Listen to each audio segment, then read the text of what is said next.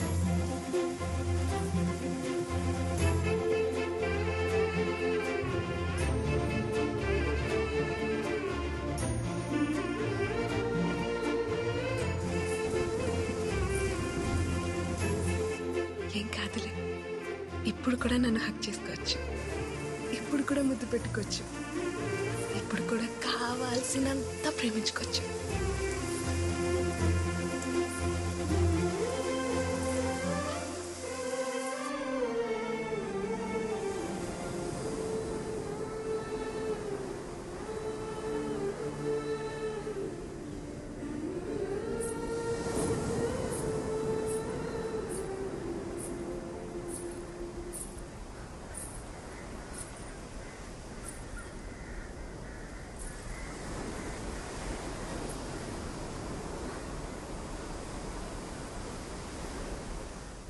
పిల్లలు అడిగానని పంపించేస్తావా? పిల్లలు కావాలంటే నీతో కావాలని ఆశి, వేరే వాడితో కాదు. అది కాదు దేవమ్మ. పరమేశ్వర కాపాడు తండ్రి. తాతయ్య, దేవుడికి చేయలేదు కదా, మరి వరాలిస్తాడంటావా? రాయి పాడైపోయినంత మాత్రాన దేవుడు పాడైపోతాడేంటి తల్లి? లోపల దైవత్వం ఉంటే విగ్రహం ఎలా ఉన్నా పర్వాలేదమ్మా. ప్రేమకు దైవత్వానికి అంగవైకల్యం ఉండదు తల్లి.